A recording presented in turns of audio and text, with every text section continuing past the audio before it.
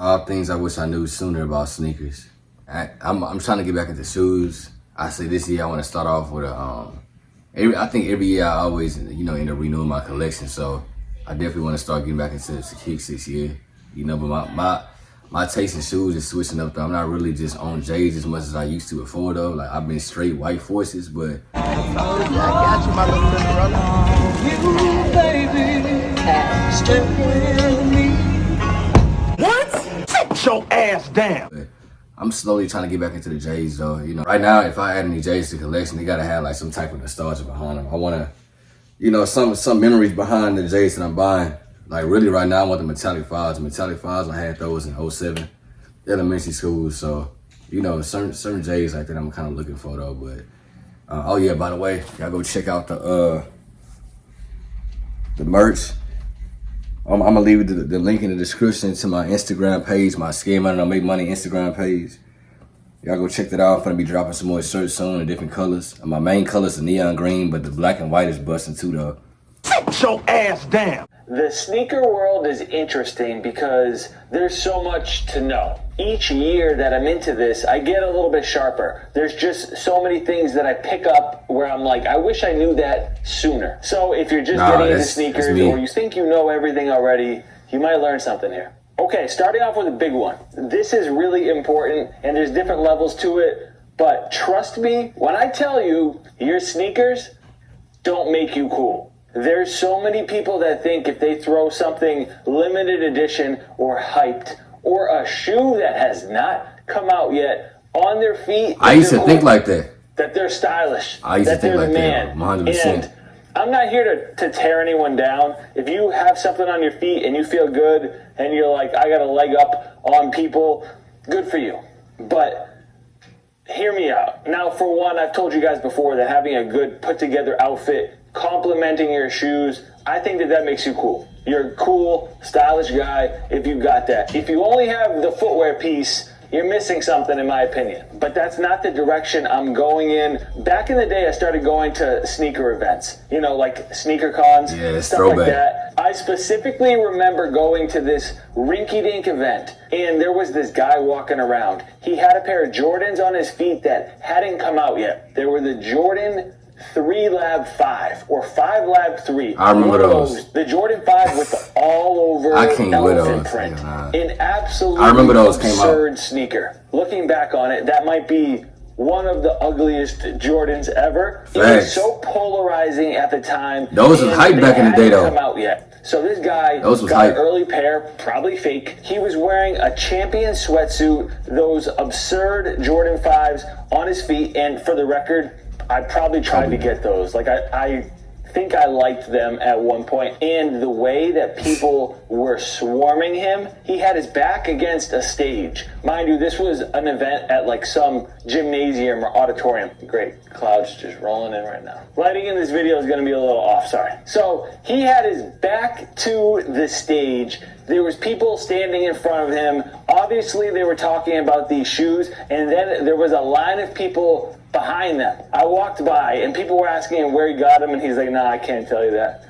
Can't tell you that. Like, I remember realizing that isn't what cool is. And it just gave me some perspective into my whole style. And honestly, I don't think that buying a specific pair of shoes makes you cool. You can't buy your way. That's what I've always thought though. A certain thing. Next up, this is something you gotta know.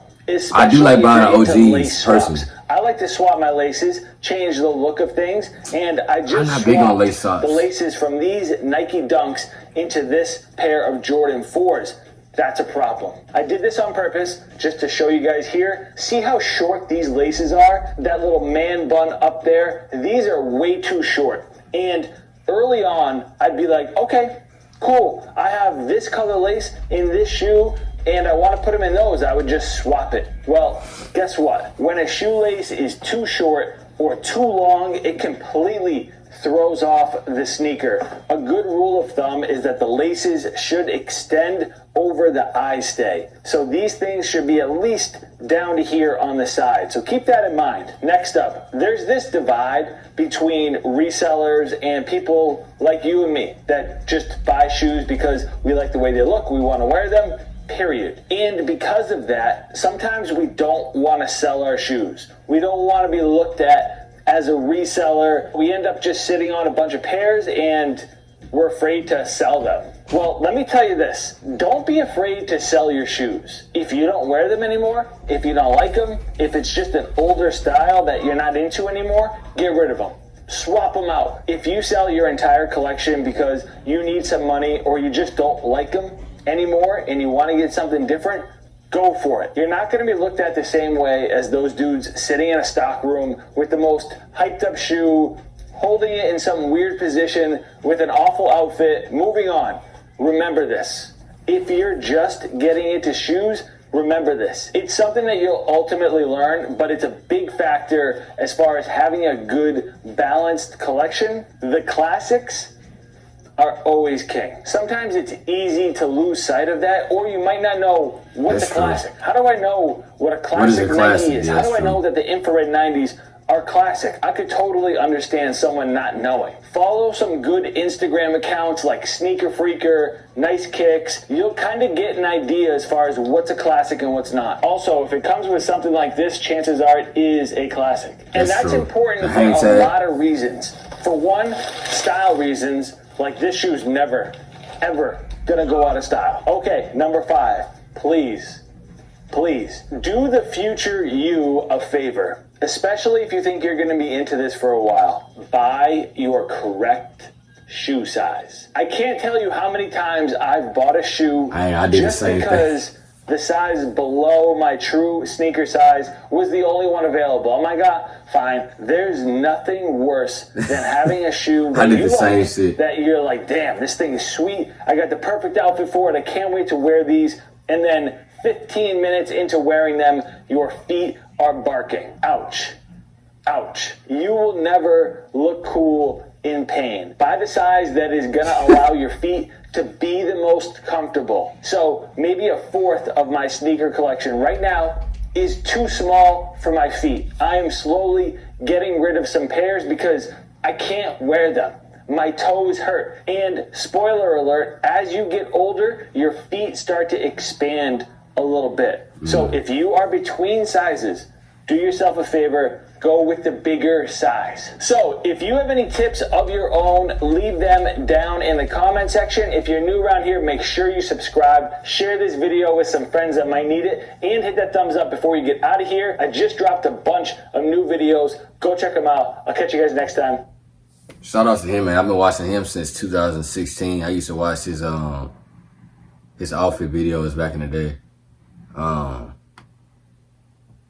Yeah, no, that's facts. I used to think the same thing because when I was on Facebook groups, right, when I first joined Facebook groups like in 2014, I had a pair of Flights and a pair of D Roses.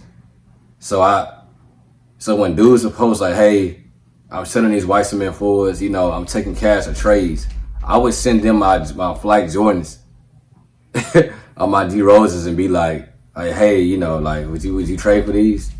So I didn't know how shoes work to where it's like, okay, nobody's gonna trade you a pair of Skechers for a pair of Jordan 4 white cements, you know. So I had to learn that too, like, as far as like the value of shoes, like Skechers are shoes just like a pair of Jordan 4s, right?